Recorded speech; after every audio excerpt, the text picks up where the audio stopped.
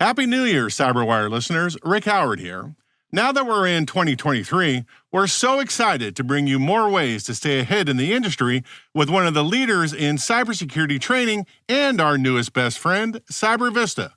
As a thank you to our listeners, we would like to offer you a free CyberVista practice test as well as 3 free months of CyberWire Pro. 3 free months and a practice test? That's a great deal.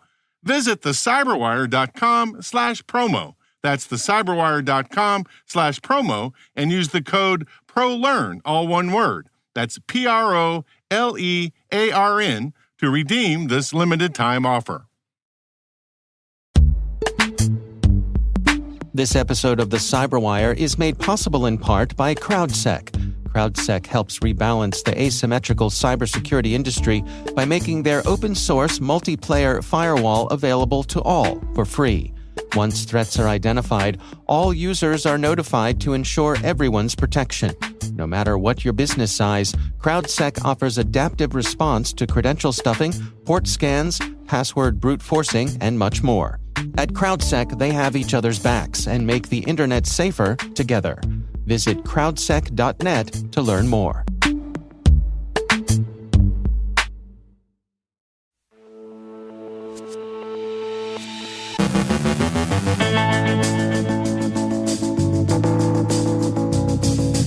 A Telegram impersonation affects a cryptocurrency firm. Phishing with Facebook termination notices. Russian phishing continues to target Moldova. The IEEE on the impact of technology in 2023. Glass ceilings in tech leadership. Seattle schools sue social media platforms. Malek Ben Salem from Accenture explains coding models. Our guest is Julie Smith, Identity Security Leader and Executive Director at IDSA, with insights on identity and security strategies, and dealing with the implications of ChatGPT.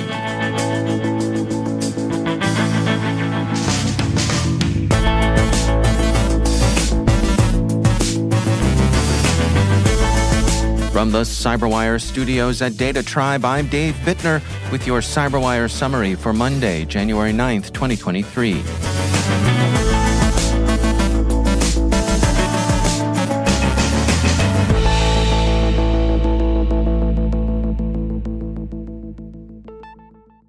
Happy Monday, everyone. Great to have you all join us here today. Safeguard Cyber this morning released a report detailing an observed instance of impersonation of a cryptocurrency firm in Telegram that may have been the activity of threat actor Dev0139. In December 2022, Microsoft released research around a threat actor they've tracked as Dev0139. The malicious actor is said to have joined Telegram groups used to facilitate communication between VIP clients and cryptocurrency exchange platforms and identified their target from among the members. The threat actor posed as representatives of another cryptocurrency investment company and in October 2022 invited the target to a different chat group and pretended to ask for feedback on the fee structure used by cryptocurrency exchange platforms. An Excel file sent by the actor contains malicious macros. Avanan released a report this morning detailing a phishing campaign impersonating Facebook for credential harvesting. The attack begins with an email appearing to be from Facebook saying that the victim's account had been suspended for violations of community standards. They're told they have the ability to appeal the decision within 24 hours or face permanent account deletion. The threat actor provides a link, which in actuality leads to a credential harvesting page, even though it appears to be from Meta. The threat actor made the credential harvesting link believable, and the name of the victim's actual page was included in the email contents. Playing on urgency, this attacker hopes that the victim views a quick appeal to preventing an impending loss of their account as reasonable. The sender's email address, however, did not appear to come from Facebook, rather a Gmail account. Alas, the wicked fleeth where no man pursueth. If someone wants you to do something now, well, maybe it's better to do it never, and bong that bozo to the spam folder. Since Russia's invasion of Ukraine, Moldova has felt more uneasy than any other country in the near abroad except Ukraine itself. There are too many parallels to Ukraine's situation for comfort. Like Ukraine, Moldova has received hostile Russian attention in cyberspace. Ukraine has seen factitious liberation movements seen to detach Donetsk and Luhansk. Moldova has an even longer history of Russian-sponsored secession in Transnistria. The record reports that Moldova's government has, over the past week, seen a surge in phishing attempts seeking to compromise official and corporate networks. These efforts have been accompanied by impersonation campaigns that misrepresent themselves as communications originating with senior Moldovan officials. A couple of items of selected reading for your consideration today. Connie Stack is CEO at security firm NextDLP, and she recently shared her thoughts in our monthly Women in Cybersecurity newsletter, Creating Connections. You can find a link to the newsletter and her article, Breaking the Glass Ceiling, My Journey to Close the Leadership Gap, in today's selected reading section of the show notes. Also in the show notes, we have a link to the IEEE Impact of Technology in 2023 and Beyond study. We hope you'll check them out. Seattle Public Schools has filed a lawsuit against the parent companies of TikTok, Instagram, Facebook, YouTube, and Snapchat, claiming that the social media platforms have driven a rise in mental and emotional health issues among youth. The Seattle School District said in a statement that excessive social media use is harmful to young people, and social media companies have intentionally crafted their products to be addictive. Quoting the statement, "Most youth primarily use 5 platforms, YouTube, TikTok, Snapchat, Instagram, and Facebook, on which they spend many hours a day. Research tells us that excessive and problematic use of social media is harmful to the mental, behavioral, and emotional health of youth and is associated with increased rates of depression, anxiety, low self-esteem, eating disorders, and suicide. The evidence is equally clear that social media companies have designed their platforms to maximize the time youth spend using them and addict youth to their platforms, as alleged in the complaint. These companies have been wildly successful in attracting young users. As of last year, almost 50% of teenagers in the state spent between 1 and 3 hours a day on social media, and 30% averaged more than 3 hours a day. The statement added that school districts lack the resources to keep up with the demand for mental health care, stating, "School districts like Seattle Public Schools have been significantly impacted by the resulting crisis. Like school districts across the country, Seattle Public Schools, and school-based clinics are one of the main providers of mental health services for school-age children in the community, but the school counselors, social workers, psychologists, and nurses need greater resources to meet the high demand for services." Naturally, social media outfits don't think they're the villains here, and in truth, it is a tough problem. According to the AP, Snapchat's parent company, Snap, responded in a statement outlining the measures it's taken to provide mental health resources to users, stating, "We will continue working to make sure our platform is safe and to give Snapchatters dealing with mental health issues resources to help them deal with the challenges facing young people today." Jose Castaneda, a spokesman for Google, YouTube's parent company, pointed to various parental controls available on YouTube, stating, "We have invested heavily in creating safe experiences for children across our platforms and have introduced strong protections and dedicated features to prioritize their well-being." And finally, there have been all sorts of reports of the misuse, both actual and potential, of ChatGPT by various miscreants. Social engineering at scale, more alluring catfishing, even the automation of malware coding are all being reported. But we'll concentrate on what ChatGPT seems to mean in the ongoing range war between academic integrity and technological advance. The New York City Department of Education has banned ChatGPT on school devices due to concerns about plagiarism. Vox notes that the chatbot is able to write decent essays that can pass popular anti-plagiarism tools. The Daily Beast reports that students are already using the AI to complete writing assignments. Even if the service is technically banned by schools, it's difficult to see how such a ban could be enforced. Princeton student Edward Tian, attempted to offer a solution to this dilemma by creating an app called GPT-0, designed to detect if an essay was written by a human or an AI. The Daily Beast explains that GPT-0 uses perplexity and burstiness as metrics. Perplexity is a measurement of randomness in a sentence, and burstiness is the quality of overall randomness for all the sentences in a text. Human-written sentences generally vary in complexity, while bots usually create sentences that are consistently low complexity. Edward Tian has already been approached by major venture capital firms interested in his product, and he acknowledges the usefulness of artificial intelligence in the right situations, but he notes that there are beautiful qualities of human-written prose that computers can and should never co-opt. Go Tigers, we say, and go Gödel, who proved that any deductive system, at least as complex as the arithmetic of the natural numbers, was either incomplete or inconsistent. That is, there are true theorems that can't be derived from any finite set of premises. If you can derive them all, then your deductive system is either trivial or just freaking wrong. Or so our logician's desk tells us. Why don't you ask ChatGPT? Extra credit if you ask for an answer in the style of Yogi Berra or Don King or the dude from The Big Lebowski. And in the meantime, it occurs to us that Kurt Gödel was also at Princeton, so go Tigers, again.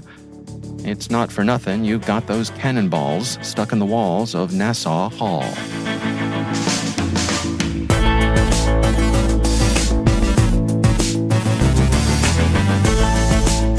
After the break, Malek Ben Salem from Accenture explains coding models.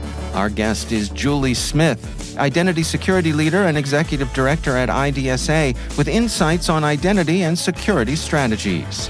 Stay with us.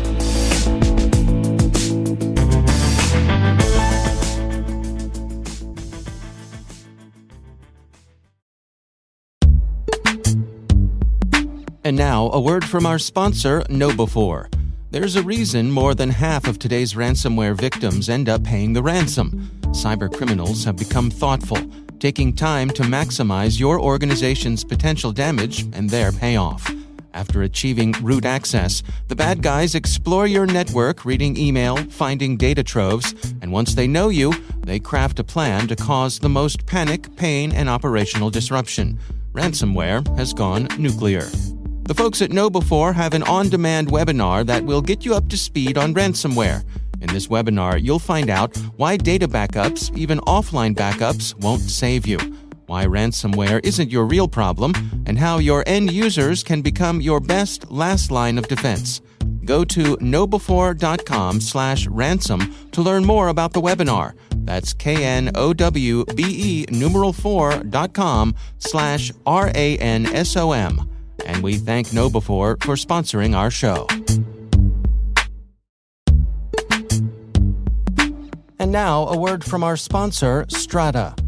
With multi-cloud, your apps and identities are distributed, making them hard to manage and secure. Strata takes all of your existing identity systems, integrates them into an identity fabric, a universal way for all your IDPs to work together. Never refactor your apps again. Never get locked into your IDP with one-to-one connectors. Identity orchestration helps you solve your biggest IAM problems, even the messy ones you thought were unsolvable. Bring Strata any IAM use case, like modernizing legacy apps to use passwordless authentication, hot switching between IDPs, or enabling identity operation resiliency. Strata's flexible, lightweight, and distributed architecture software is designed to extend the value of your identity infrastructure, no matter the complexity or scale. Share your time on a discovery call, and Strata will send you custom AirPods Pro. The multi-cloud identity wave is here, and you can ride it with Strata. Ready to learn more? Visit strata.io/cyberwire. That's strata.io/cyberwire. And we thank Strata Identity for sponsoring our show.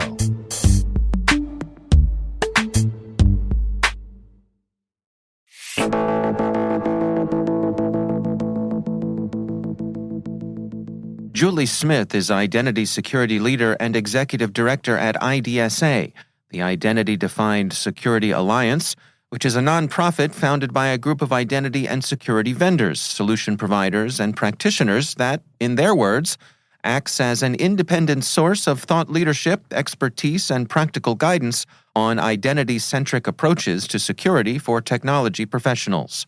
They recently published a report tracking trends in securing identity, and that's where my conversation with Julie Smith began. According to our research, and this is the second year that we've published a trends report, 84% of organizations have experienced an identity-related breach. And that's a sort of an astounding number, really. And in most cases, it has resulted in, disruption or loss of revenue or costs associated with remediation. And, at the same time, we're finding that 96% of organizations, look back and say, well, those could have been prevented had we really put a focus on identity management, identity and access management, and things, just basic things, especially if you look in the headlines, like putting in place multi-factor authentication. Yes, there have been some high-profile breaches lately that have exploited that. But it does put a barrier up in front of the bad guys. Another key area that organizations haven't focused on but need to is just the deprovisioning of accounts. So when an employee leaves the organization, what we found is that about half the organizations out there are deprovisioning those accounts on the day that employee leaves, but only 26% of them are doing it regularly. So, just these accounts that may have extended privileges are floating around, and if someone gets a hold of that account, they've got valid credentials, they can log in and they can do bad things. When folks are coming up short with this, what are the typical explanations for it? Or is there a lack of funding or attention, or why are we not hitting where we should be here? I think it is a bit of a lack of attention. Organizations are now prioritizing 64%. Again, back to the research, 64% have identified identity within their top 3 security priorities. But I think that's relatively new. In the past, identity management has been more about granting access and getting employees or even potentially partners accessing resources so that they can be productive. And it's been considered an operational function in the past. And just now, within the last couple of years, I would say that there is the cybersecurity focus on it. And even to the point where it's becoming a board level topic. And individuals have so many different logins, passwords, and usernames and passwords that they deal with, not just on a personal side, but on a professional side as well. And we found that people are not taking care and not protecting those credentials. And, whether it's sharing usernames and passwords, whether it's reusing passwords across both their personal and professional accounts, there's just some basic things that I think we as individuals can do, not just to protect our personal identity, but also our employer identity and employer infrastructure as well. So we kind of think of it as identity as everyone's responsibility. What are some of those things that folks can do that are easy to implement? Yeah, I think from an organization perspective, I mentioned MFA. That's top of mind. An MFA for all user types. So not just your employees, but also, we're seeing certainly a lot of organizations are starting to implement it for their customer-facing applications. Certainly need to do that for a third-party access as well. Staying on top of privilege access, as individuals move around the organization, privileges can creep, if you will. And, thinking about it from a least privileged perspective. So only give people the level of access that they absolutely need to do their job. And then staying on top of those changes to access as organizations or as individuals move around the organization. If you experience an anomaly or believe that there's something going on that's suspicious, revoke that access immediately. Now, there's always challenges if it's the CEO, for example, but in some cases, it's better to remove access for an identity that maybe is not behaving the way you would expect it to. A lot of organizations are now looking at the characteristics of a device as well, and to determine whether that device has been compromised or not. When you look towards the future, toward the horizon, where do you suppose we're headed here? Are we someday going to shed usernames and passwords and move on to something more secure, or where do you suppose we're heading? I think we are definitely headed in the right direction from a passwordless perspective. There's standards being put forth by the FIDO Alliance, for example, that helps with passwordless strategies. I think there is a tremendous amount of infrastructure, however, that organizations have built up over time, and there's an awful lot of technical debt and things that they need to be able to provide access to. Unfortunately, not everything is in the cloud at this point in time. So I think we're definitely headed in the right direction with passwordless, and hopefully we can get rid of usernames and passwords sometime in the near future. That's Julie Smith. She's Executive Director at IDSA, the Identity Defined Security Alliance.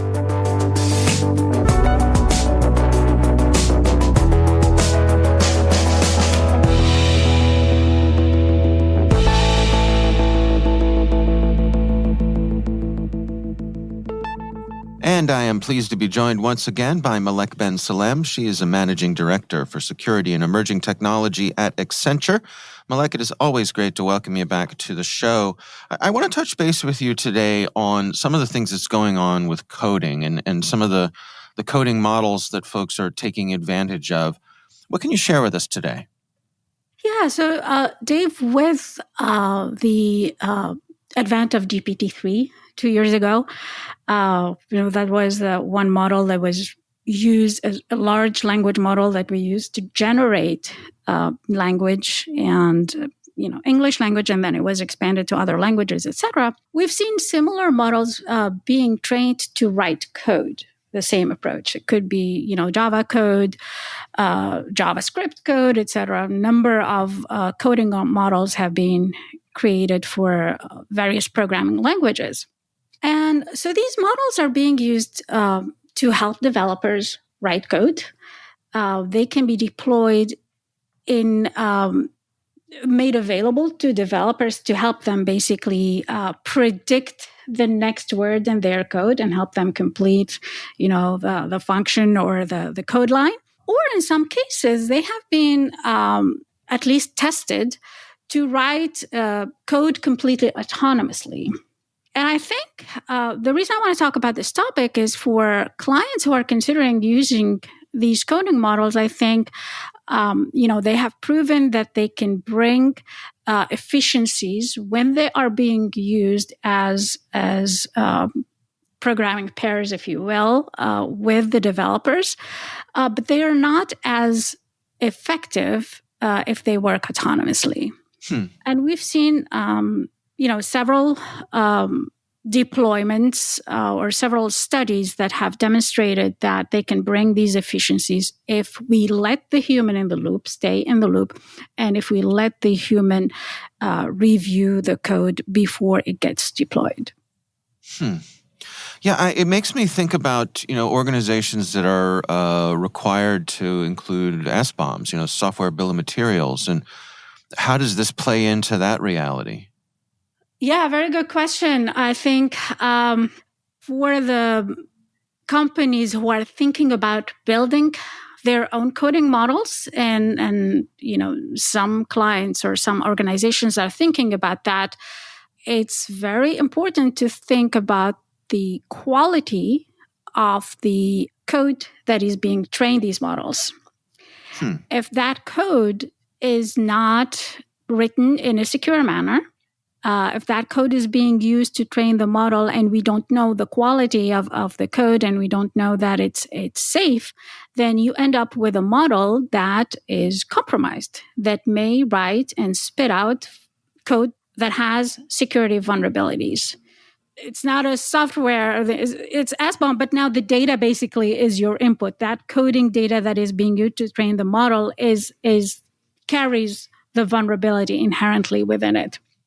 And another way is if these models, if people start using these coding models that are available to them without knowing enough about how they have been trained, then that presents another type of risk. And it's not just a security risk. That exists, obviously, but also there are potential legal risks about how to use this model. Many of these models have been trained with open source code or code in open source repositories. And, you can think about the question is that a fair use of the coding model once, once it was used with code that is open in the public? Is it a fair use, or is there not enough in the coding model to justify that label of the model as a fair use model? I think there are legal risks that have not been clarified, or that have not been that do exist that organizations have to be aware of before they start adopting these types of coding models. Yeah, this is fascinating to me because I wonder to what degree can the AI copy someone else's code, or to what degree can it be inspired by someone's code? Is it capable of a creative act? Exactly. I don't think we know enough about the how these types of models have been trained to know or to make an assessment whether it's a creative act or whether it's a copying act, if you will. Yeah. And we did not have any cases in courts that we can use as a reference, to even guide us in that assessment. So what's your advice for folks who are thinking of wading into these waters? Any words of wisdom here? Generally, it's probably more cautious to train your own model using your own code. And so you know that you own the code and you know the derivative model out of that code. But also make sure that it is trained using code that is secure, that does not have any bugs, but also does not have any security vulnerabilities. Otherwise, you'll keep recreating those security vulnerabilities in the code generated by these models. Yeah. Every time we push something out to production, it's full of backdoors. I can't understand it. Oh, yeah. It's the same issue we have to deal with. So the more you invest on security up front, the better you are. Yeah. All right. Well, Malek Ben Salem, thanks so much for joining us.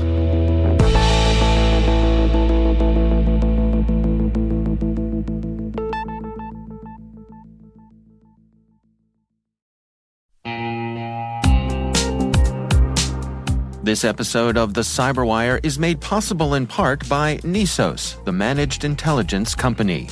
At Nisos, they help enterprise businesses achieve better risk insights and outcomes by delivering threat intelligence as a managed service. At Nisos, you can rely on their people, process, and technology to help you control costs while improving your defenses.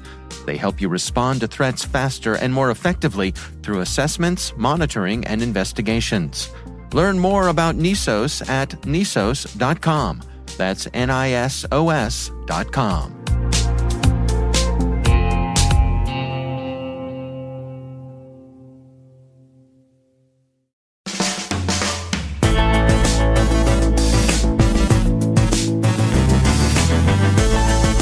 And that's the CyberWire. For links to all of today's stories, check out our daily briefing at thecyberwire.com. Don't forget to check out the Grumpy Old Geeks podcast, where I contribute to a regular segment called Security, Huh? I join Jason and Brian on their show for a lively discussion of the latest security news every week. You can find Grumpy Old Geeks where all the fine podcasts are listed.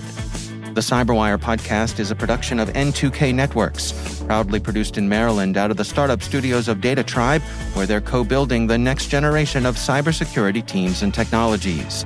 This episode was produced by Liz Irvin and senior producer Jennifer Iben. Our mixer is Trey Hester, with original music by Elliot Peltzman. The show was written by John Petrick. Our executive editor is Peter Kilpie, and I'm Dave Bittner. Thanks for listening. We'll see you back here tomorrow.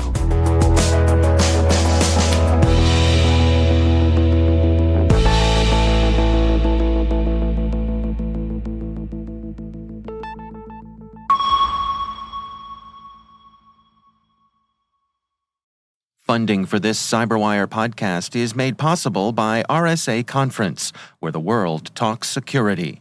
Through global events and year-round content, RSAC connects you to cybersecurity leaders and cutting-edge ideas for a safer, more secure future. Learn more at rsaconference.com/cyberwire23.